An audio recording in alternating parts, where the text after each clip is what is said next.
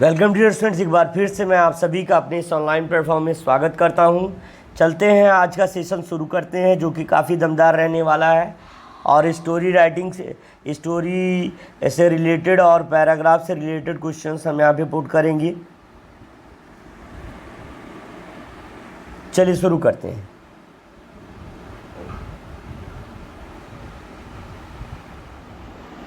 ध्यान से समझिएगा, यहाँ पे लिखा है in Asia and much of third world.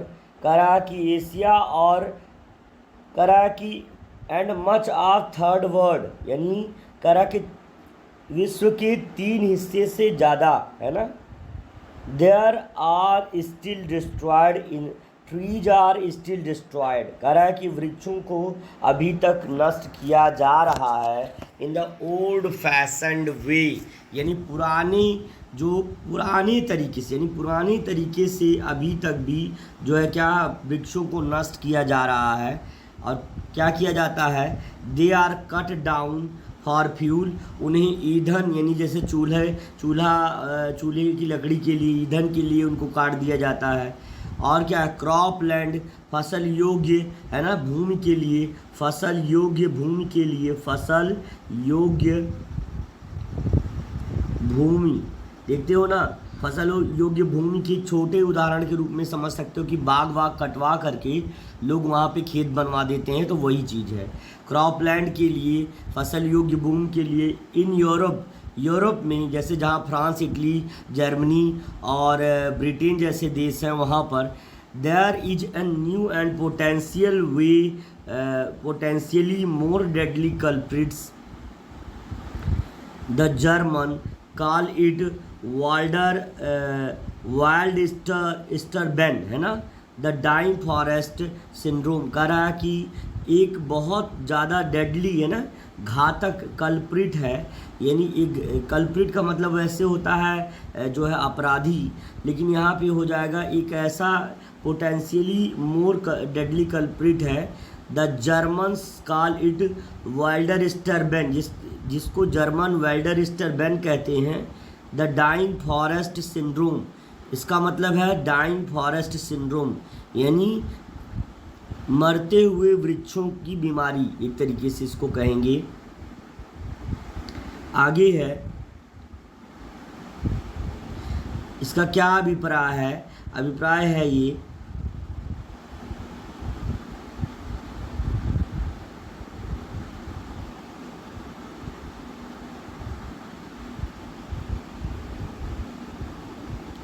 इसका अभिप्राय है कि but the disease is far more than the German phenomena. कह रहा है कि लेकिन जो बीमारी है, बट द डिजीज, है ना, but the disease is far more than a German phenomena. कह रहा है कि यह बीमारी जो है क्या है, फार मोर देन, है ना, दूर है, मोर देन जर्मन फिनोमिना, यानी जर्मन की फिनोमिना है, जर्मन की जो वातावरणीय स्थिति है, since it was first observed by German scientist in the autumn of 1980। कह रहा क्योंकि जब से इसको देखा गया है, पहली बार निरीक्षण किया गया जर्मन के वैज्ञानिकों के द्वारा। ऑटम होता है पतझड़, है ना, पतझड़ की ऋतु में, पतझड़ यानी पतझड़ की ऋतु में जब इसको पहली बार देखा गया था, है ना, 1980 में, the mysterious Melody has raised across Europe. करा कि एक रहस्यमय घटना जो पूरे यूरोप में फैली हुई थी, क्या, blighting wood in the country as far apart as Sweden and Italy.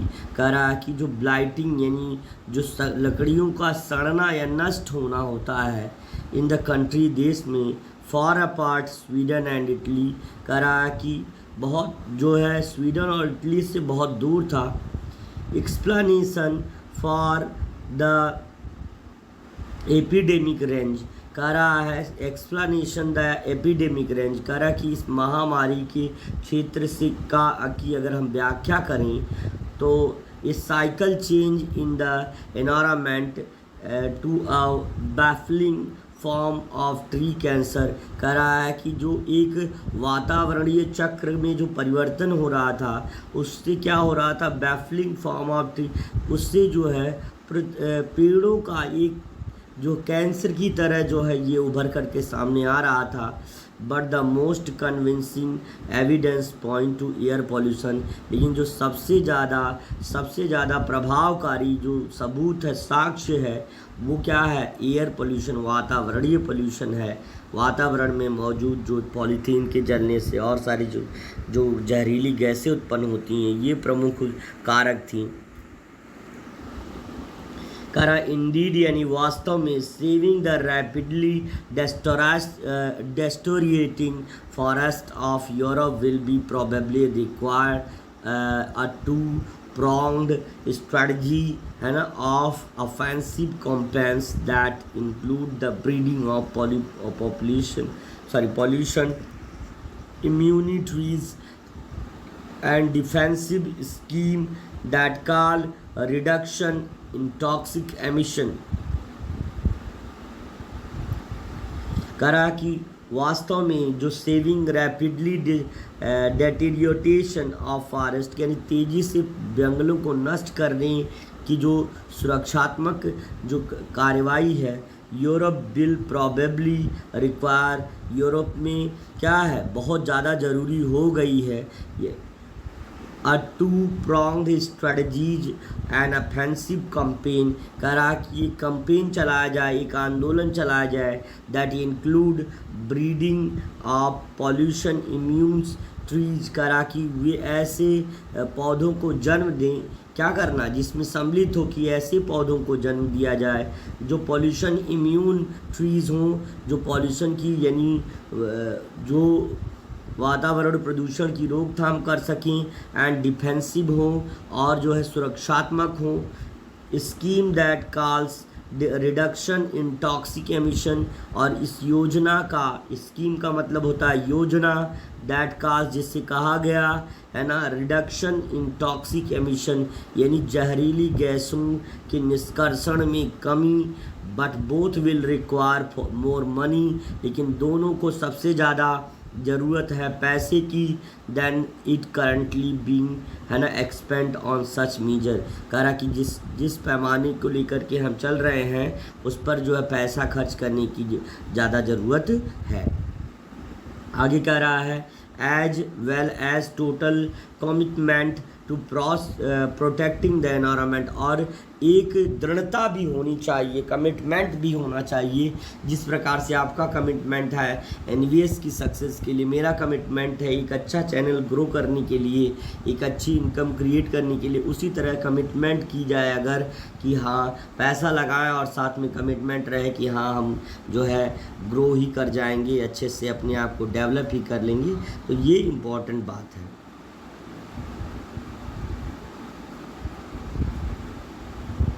अब देखिए ज़रा, अब आगे क्या कह रहा है, प्रश्न है इससे रिलेटेड, कह रहा है, ध्यान से समझिएगा। अकॉर्डिंग टू दिस पैसेज, इस गद्यांश के आधार पर, which one of the following statement is correct, निम्नलिखित में से कौन सा कथन सही है। There is a less damage in Asian than Europe, ये एशिया में जो है कम खराबी है, कम जो है दिक्कत है यूरोप की तुलना में। More forest are dying in Germany than anywhere else in Europe. इस cycle change in environment is responsible for deforestation. करा कि एक चक्रीय परिवर्तन वातावरण में वनों के विनाश का कारण है। Air pollution is the main culprit destroying the European forest. तो यहाँ पे ये स्टेटमेंट एकदम सही है। Air culprit is the main, है ना, एयर कल्प्रिट यानी जो air pollution is the main culprit, यानी करा कि मुख्य जो है अपराधी अगर हम कहें, या मुख्य प्रभावकारी जो एलिमेंट है, घटक है, अगर हम कहें यूरोपीय वातावरण में जो डिफॉरेस्टेशन का कारण बन रहा है, वो है आपका क्या हो जाएगा, एयर पॉल्यूशन। इसलिए विकल्प संख्या 4 हमारी सही हो जाएगी। अब चलते हैं अगले क्वेश्चन पर।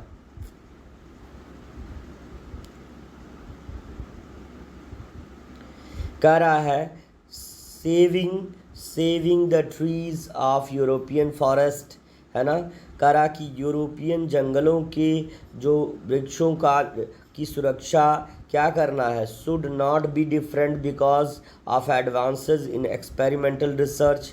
कह रहा है saving trees European forest should not be difficult, कठिन नहीं है, because the advance in experimental research, आधुनिक है ना, एकदम एक अगड़ी हुई यानी एक नवीनतम टेक्नोलॉजी और प्रयोगों की वजह से appears to be hopeless task and therefore pointless to undertake। करार लगता है कि जैसे एक निराशात्मक जो है ये एक कार्य है, रिक्वायर्स मच बिगर बजट, इसके लिए बड़ी बजट की आवश्यकता है। और दूसरा चीज़ क्या है, demand vigilance and punitive measure against those who cut down trees. तो सबसे इम्पॉर्टेंट बात है कि यूरोपियन के लिए रिक्वायर मच बिगर बजट, ज़्यादा बड़े बजट की ज़रूरत है ना, यही आपका ऑप्शन हो जाएगा। चलते हैं अगला देखते हैं। करा the dying forest syndrome is a disease that is a peculiar to the forest of Asia. तो एशिया की पेकुलियर नहीं है, एशिया के जंगलों में पाया नहीं जाता है। Has spread rapidly over the forest of Europe के जंगलों में तेज़ी से। It's confined to forest of Germany, कह रहा जर्मनी के जंगलों में पाया गया। Has affected forest all over the world, all over me world, करा कि सभी गलत जवाब। तो सबसे इम्पॉर्टेंट बात यहाँ पर है, rapidly has spread rapidly of the Europe forest, Europe के जंगलों में तेज़ी से फैल रहा है, इसलिए दूसरा विकल्प आपका सही हो जाएगा। अगला है राइटर, है ना, थोड़ा सा इसको जूम आउट कर लें, देखिए ध्यान से। कह रहा है द राइटर सजेस्ट दैट, लेखक ने सलाह दी है कि, क्या सलाह दी है भाई, क्या सलाह दी है, इसको ध्यान से सुनिए। It is no longer possible to grow trees in industrialized area. कह रहा है कि इंडस्ट्रियलाइज्ड एरिया यानी कारखानों वाले क्षेत्र में इतना ज़्यादा समय तक हम वृक्षों को जीवित नहीं रख सकते, नहीं उगा सकते। तो सही है क्या, तो इस बारे में अभी बात करेंगे। Pollution immune trees will be absorb toxic emission, हाँ ये तो बात सही लग रही है कुछ। थोड़ा सा और आगे बढ़ते हैं। All pollution prones trees should be destroyed, सभी पॉल्यूशन प्रॉन्स ट्रीज यानी पॉल्यूशन जनरेट करने वाले पौधों को हमको नष्ट करना। It is not possible to grow trees that remains unaffected by pollution. कह रहा it is not possible to grow trees that remains unaffected by pollution. तो सबसे इम्पॉर्टेंट बात क्या है, यही है कि it is not possible to grow trees that remains unaffected by the pollution. यही है कि ऐसे वृक्षों का हम उगा सकते जो है पॉल्यूशन को अनअफेक्ट करें, इससे प्रभावित ना हो। तो ये चीज़ हमारी ये भी सही है। और कुछ एक कथन यहाँ पे ये भी सही के बराबर ही है कि जो है pollution immune tree will be absorb toxic emission. कह रहा है कि यूरोपीय पौधों जो पॉल्यूशन इम्यून ट्रीज यानी प्रदूषण प्रतिरक्षी पौधों को जो उगाना चाहिए, जो टॉक्सिक एमिशन को क्या कर सके, सोख सकें।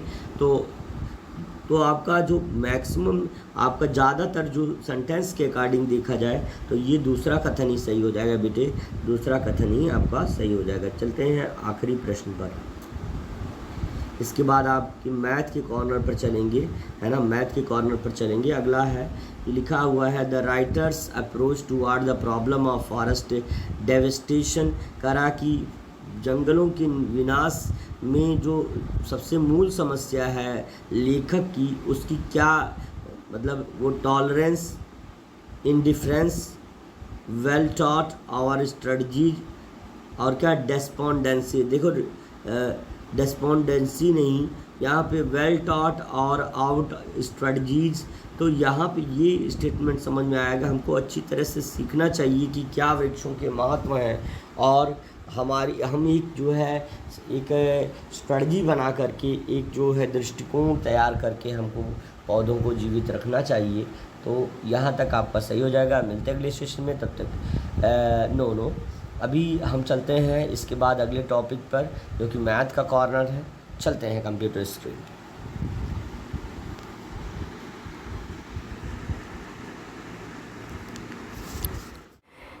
डियर स्टूडेंट, अब हम आ गए हैं मैथ के कॉर्नर पर, और जो कि लेसन 4 आप देख सकते हैं, चैप्टर 4 अब आपको एक्सप्लेन करना है। तेज़ी से हम लोग मैथ्स के सम्स भी और सारे लेक्चर भी हम लोग कंप्लीट कर रहे हैं। और आपको बता दें कि आपका जो है जो ग्राफिक्स पे जो उसका भी हम लेक्चर वीडियो लेके आएंगे। ग्राफिक्स पेन रिकॉर्डर जो आपका आने वाला है, जिसकी मदद से आपको मैथ के सम्स जो बोर्ड पे थे वो वाइट बोर्ड की तरह से आपको एक्सप्लेन करने में जो है ईजियर रहेगा। हम आपको आसानी से उसको समझा पाएंगे, है ना। तो चलिए अब आज देखते हैं। आज लेसन है आपका फैक्टर्स एंड मल्टीपल्स, है ना। फैक्टर का मतलब होता है गुणनखंड, प्यारे बच्चों, गुणनखंड, इसको लिख लीजिएगा, गुणनखंड होता है। और एंड मल्टीपल्स का मतलब होता है, एंड मल्टीपल्स का क्या मतलब होता है ना, गुणज। याद रखिए, गुणनखंड और गुणजों के बारे में, इंक्लूडिंग दियर प्रॉपर्टीज, यानी उनके प्रॉपर्टीज़ को इंक्लूड करके, उनकी प्रॉपर्टीज़ जो उनके गुण हैं उनको हम इंक्लूड करके जो है उसके बारे में पढ़ेंगे। चलिए अब फैक्टर्स के बारे में पढ़ लेते हैं। जो फैक्टर है, एक्चुअली फैक्टर होता क्या है? फैक्टर का मतलब गुणनखंड होता है, मैंने बताया भी है। If A number is exactly divisible by the another number, कह रहे यदि कोई संख्या किसी दूसरी संख्या से क्या ठीक ठीक विभाजित हो जाए, जैसे 6 3 से एकदम एग्जैक्टली डिविजिबल रहेगा और 2 से भी, तो क्या हो जाएगा, then the second number is said to be factor of the first number. तो जो दूसरी संख्या है 3 और 2, ये पहली संख्या के गुणनखंड हो जाएंगे। विश्वास नहीं है तो फैक्टर करके ही देख लेते हैं। 2 3 जा 6, 3 1 जा 3, 6 को हम लिख सकते हैं 2 into 3 and 2 and 3 will be the factor of 6। Understand dear students, ऐसे ही हम कर सकते हैं, नो एनी इशूज़। बाकी देखिए, विदाउट लीविंग एनी रिमाइंडर, यानी इसमें कोई भी लीव नहीं करना चाहिए, कोई रिमाइंडर भी लीव नहीं करना चाहिए। Then the second number is said to be a factor of first number. इसीलिए तब हम कह सकते हैं कि जो दूसरी संख्या है वो पहली संख्या की फैक्टर कहलाएगी। इन अनदर वर्ड्स, दूसरे शब्दों में, an exact divisor of a number is called a factor of the number, कह रहा है। और दूसरे शब्दों में, an exact divisor of a number is called factor of the number, कह रहा है कि दूसरे शब्दों में कह रहा है कि जो भाजक होता है, एग्जैक्ट डिवाइज़र, एग्जैक्ट यानी ठीक ठीक जो भाजक होता है किसी भी संख्या का, भाजक है ना, जिससे भाग दी जाती है भाई, वो कहलाता है फैक्टर ऑफ द नंबर। यानी अब जैसे मैं कहूँ कि अगर हम फिर 25 में 5 से डिवाइज़र 5 से डिवाइड कर रहे हैं तो 5 5 जा 25 आ जाएगा, लेस हो जाएगा और ये कम्प्लीटली रिड्यूस हो जाएगा। तो अब हम कह सकते हैं 5 will be the divisor, exact divisor of 25। And also we can say that, what we can say that, also we can say that, है ना। और हम कह सकते हैं कि 5 क्या है, 5 जो है फैक्टर है, गुणनखंड है किसका, 25 का। अब एक कुछ इम्पॉर्टेंट बात है, उसको भी आप समझ लीजिए। लिखा है भाई, 1 is the factor of every number, प्रत्येक संख्या का गुणनखंड 1 होता है। प्रत्येक संख्या का गुणनखंड क्या होता है, 1 होता है। Every number is a factor of itself, प्रत्येक संख्या खुद की फैक्टर है यानी गुणनखंड है। कह रहा प्रत्येक संख्या खुद की गुणनखंड है। Factor of a number are less than or equal to that number, कह रहा किसी भी संख्या का जो फैक्टर ऑफ ए नंबर, किसी भी संख्या का जो गुणनखंड होता है less than or equal to that number. कह रहा कि अगर हम बात करें 9 की तो इसके फैक्टर कौन है, 1 है, 3 है। तो 3 या तो 1 इससे छोटा हुआ, या तो 3 इससे छोटा हुआ, या तो अगर हम बात करें तो 9 भी खुद का फैक्टर है। तो 9, या तो 9 कह रहे हैं कि 9 9 के बराबर हो गया। मैंने कहा क्या कि जो संख्या किसी संख्या की गुणनखंड होती है या तो वो उससे छोटी होती है या उसके बराबर हो जाएगी। जो लास्ट कंडीशन है, कह रहा है number of the factors of that number are finite, कह रहा कि किसी भी संख्या की जो गुणनखंड होते हैं वो नियत होते हैं। जैसे अभी 10 का देख लीजिए, 10 के फैक्टर 1 है, 2 है और 5 और खुद 10 है। मतलब क्या हुआ, 1 2 3 4, मतलब कुल 4 संख्याएं ऐसी हैं जो 10 के गुणनखंड में आती है। एक दहाई में 1 10 जा 10, 2 5 जा 10, 5 2 जा 10 एंड 10 1 जा 10। इस तरह हम कह सकते हैं। उदाहरण के लिए आपको यहाँ पे दिया गया है, find the number of factor 250। 250 की जो नंबर ऑफ फैक्टर्स हैं उनको आपको ढूंढना है। तो देखिए पहले हमने इसका फैक्टर कर दिया 250 का कुछ इस तरह से, 2 1 जा 2 और इसके बाद 2 2 जा 4, 1 यहाँ जाएगा, 1 यहाँ इससे यहाँ जाएगा, 10 हो जाएगा, 2 5 जा 10। फिर उसके बाद हो जाएगा 2 से रिड्यूस करेंगे, 2 6 जा 12 नहीं जाएगा। अब हम किससे करेंगे, 5 2 7 1 8। अब हम 5 से करेंगे, 5 2 जा 10, 5 5 जा 25। फिर 5 से करेंगे, 5 5 जा 25। फिर 5 से करेंगे, 5 1 जा 5, है ना। तो हम कह सकते हैं, अगर बात कहें तो 1, फिर कह सकते हैं 5, फिर कह सकते हैं 25। हम 2 5 जा 10 भी कह सकते हैं, है ना, और 25 भी कह सकते हैं, 125 भी कह सकते हैं, 5 5 जा 25 एंड 2 जा 50 भी हम कह सकते हैं। 250 भी खुद का फैक्टर है। तो यहाँ पे देखिए आ रहा है 1 आ रहा है, 2 आ रहा है, 5 आ रहा है, 10 आ रहा है, 25 50 125 और 50। 1 2 3 4 5 6 7 8, 8 जो है नंबर्स ऐसे हैं जो कि क्या है, फैक्टर्स हैं। किसके, 250 के। तो ऑप्शन नंबर 2 आपका सही हो जाएगा।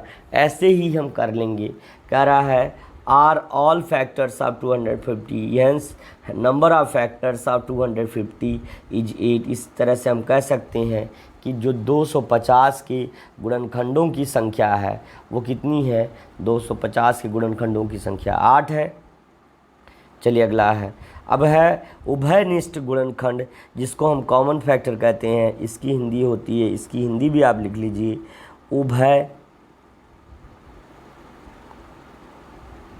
उभयनिष्ठ गुणनखंड।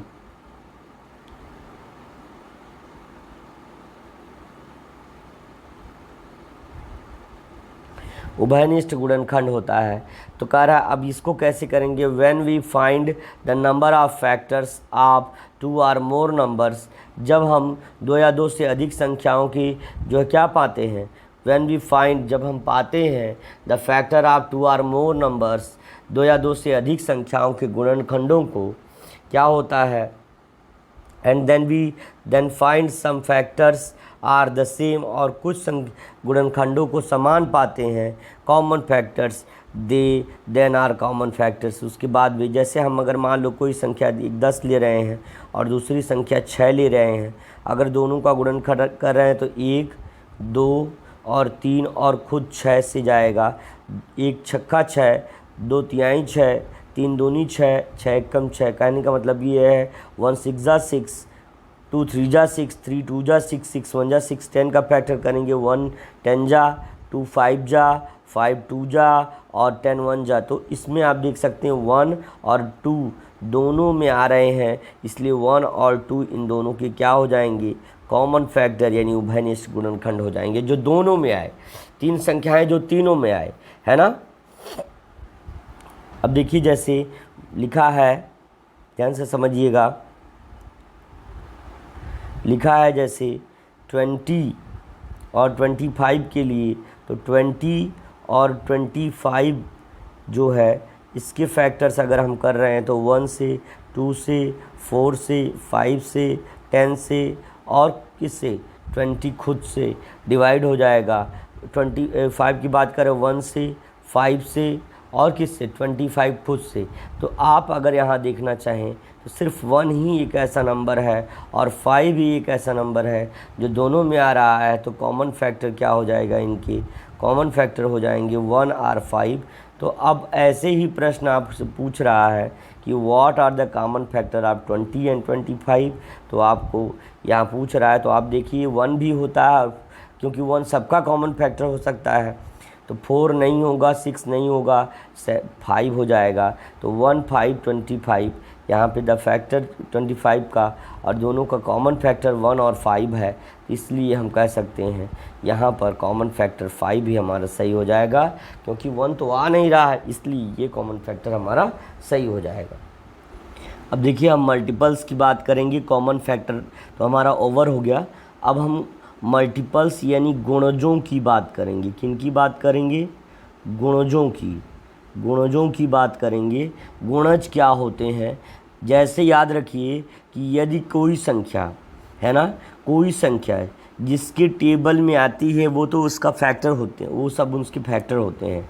लेकिन अगर हम कहें कि 4 की मल्टीपल्स क्या है तो आप कहेंगे 8 है भैया, 12 है, और क्या है आप बता सकते हैं? खुद 4 भी है, 4 भी खुद का मल्टीपल है, 4 है, 8 है, 12 है, 16 है।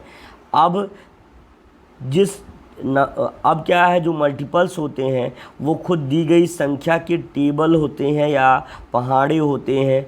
तो आप ये भी कह सकते हैं कि किसी भी संख्या का गुणज या मल्टीपल उसी का टेबल होता है या उसके पहाड़े में आने वाली संख्या हो जाती। तो अगर कोई पूछे 16 4 का मल्टीपल है तो कहेंगे भैया यस है। क्यों है? कि 16 4 के टेबल में आता है, इसलिए। तो आपका ये आपका ऑप्शन सही हो जाएगा। अब कह रहा है ये मल्टीपल ऑफ अ नंबर, एक संख्या का जो गुणज है ना, is the number obtained by multiplying it with another number. अगर हम कोई भी संख्या, अगर मान लीजिए 5 का मल्टीपल तुम्हारा 30 है, तो अगर हम 5 का 30 कैसे ऑब्टेन करेंगे? 5 में 6 मल्टीप्लाई करके 30 ऑब्टेन करेंगे, तभी 35 का मल्टीपल हो जाएगा। चलिए वही कह रहा है, इन द अनदर वर्ड, दूसरे शब्दों में, the product of 2 or more numbers, 2 या 2 से अधिक संख्याओं का जो गुणज है, गुणनखंड है, is said to be multiple of each of those numbers. वह प्रत्येक संख्या उन संख्याओं का क्या कहलाएगी? मल्टीपल कहलाएगी, गुणज कहलाएगी।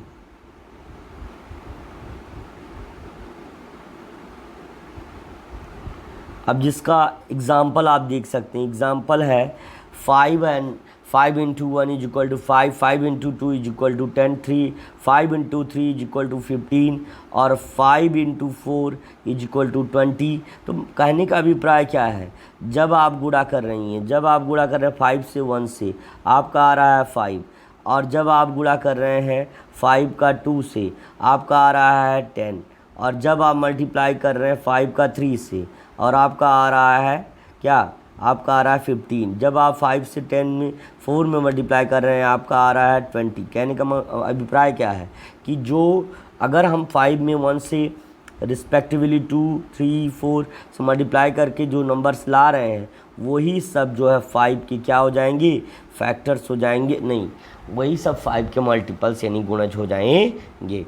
हेंस इसीलिए कह रहा है 5 10 and 15 20 all are the multiples, है ना, all are the multiples of the, ठीक है ना। अब देखो जरा ध्यान से, करा multiple of a number is greater than or equal to that number. याद रखिए, जैसे देखिए 5 भी खुद का मल्टीपल है, 10 5 का मल्टीपल है, 15 भी 5 का मल्टीपल है। तो आप देख रहे हैं या तो कोई भी मल्टीपल किसी नंबर से के बराबर हो सकता है, या तो हर कंडीशन में उनसे बड़ा होगा। फैक्टर में क्या होता था कि नंबर जो होता था हमेशा हर कंडीशन में या तो फैक्टर जो होता था या तो नंबर के बराबर और या तो उससे क्या होता था? छोटा होता था। स्मॉलर आर इक्वल, और जबकि मल्टीपल में उसका उल्टा है ना, ग्रेटर आर इक्वल होना चाहिए। जैसे 4 के मल्टीपल्स खुद 4 भी हैं जो उसके बराबर है, 8 भी हैं उससे बड़ा, 12 उससे बड़ा, 16 उससे बड़ा, 20 उससे बड़ा, इस तरह से।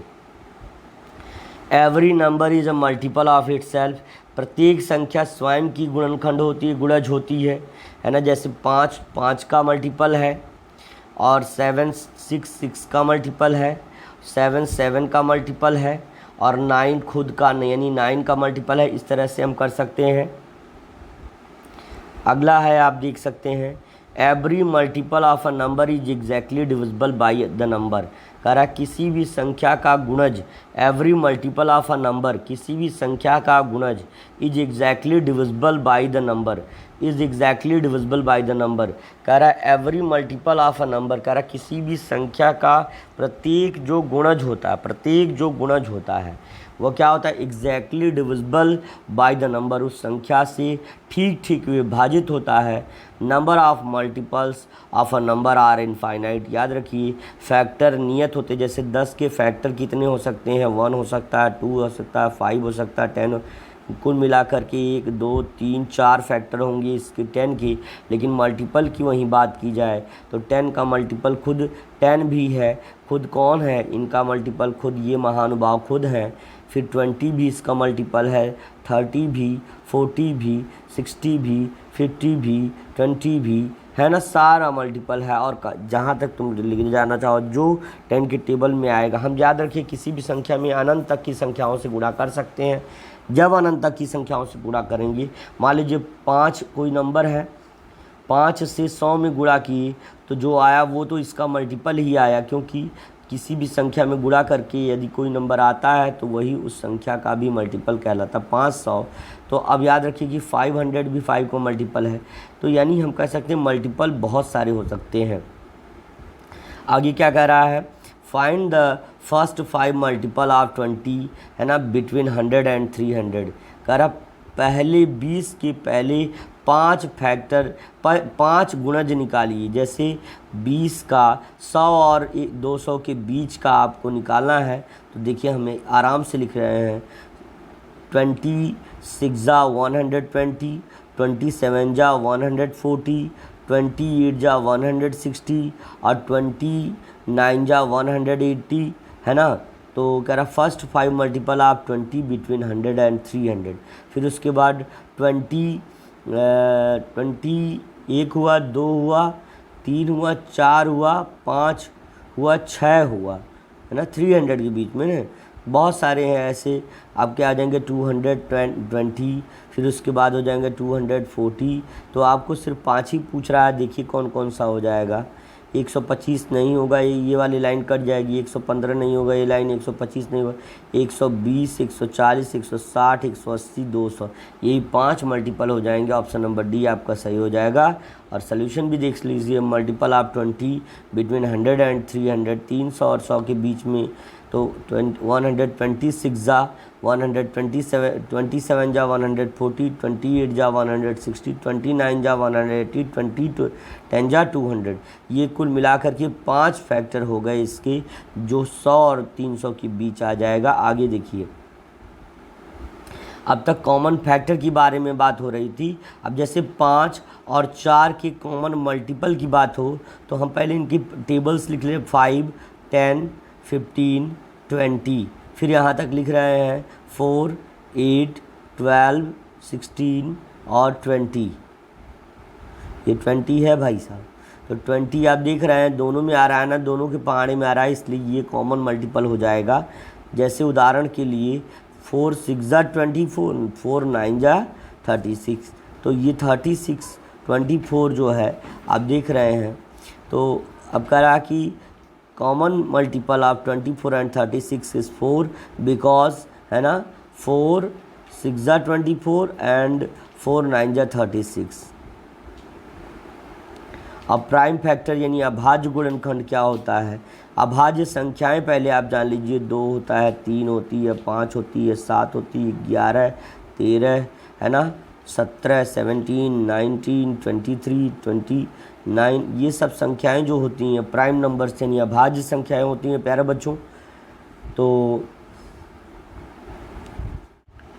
चलिए हम प्राइम फैक्टर्स के बारे में बात कर लेते हैं। प्राइम फैक्टर्स क्या होता है, जिसको हम कहते हैं अभाज्य गुणनखंड। लिख लीजिए आप भी इस चीज़ को भी। करा the prime factors of a quantity are all prime, है ना, quantity of are all prime quantities that will exact divide the given quantity. जैसे 28 का जो प्राइम फैक्टराइजेशन होता है, एक फैक्टर्स होते हैं, एक फैक्टराइजेशन होता है। ये फैक्टर का मतलब गुणनखंड होता है, फैक्टराइजेशन मतलब गुणनखंड का प्रोसेस, है ना। अब क्या होगा, 28 में 2 गुणे 2 गुणे 7, मतलब प्राइम नंबर से जब उसको डिवाइड किया जाए, that is known as prime factorization. Just we can say that, अगर बात हम करें जैसे ये है 28 है, 2 से रिड्यूस करें, 2 1 जा 2, 4 जा 8 हो जाएगा, 2 7 जा 14 हो जाएगा, 7 1 जा 7 हो जाएगा, तो 2 2 जा 4, 7 जा 28 हो जाएगा। तो इस तरह से अब जिसका एग्जाम्पल है याद रखिए, find the prime factorization of 96। 96 इस तरह से लीजिए और इसके बाद 2 से रिड्यूस करिए, 2 4 जा 8, 1 इधर जाएगा, ये 16, 2 8 जा 16, फिर 2 से 2 2 जा 4, 2 4 जा 8, फिर 2 से 2 1 जा 2, 2 2 जा 4, फिर 12 आ गया। अब 12 को रिड्यूस करिए, 2 6 जा 12, फिर 2 से 2 3 जा 6, फिर 3 1 जा 3, इस तरह से हो जाएगा। तो 2 2 2 2 2 और 3 इसके फैक्टर्स हो जाएंगे, प्राइम फैक्टर्स हो जाएंगे। तो देखिए आप यहाँ पे लिख सकते हैं क्या है, 48 2 इंटू 2 इंटू 24 2 जा कितना हो जाएगा, 48 48 2 जा 98।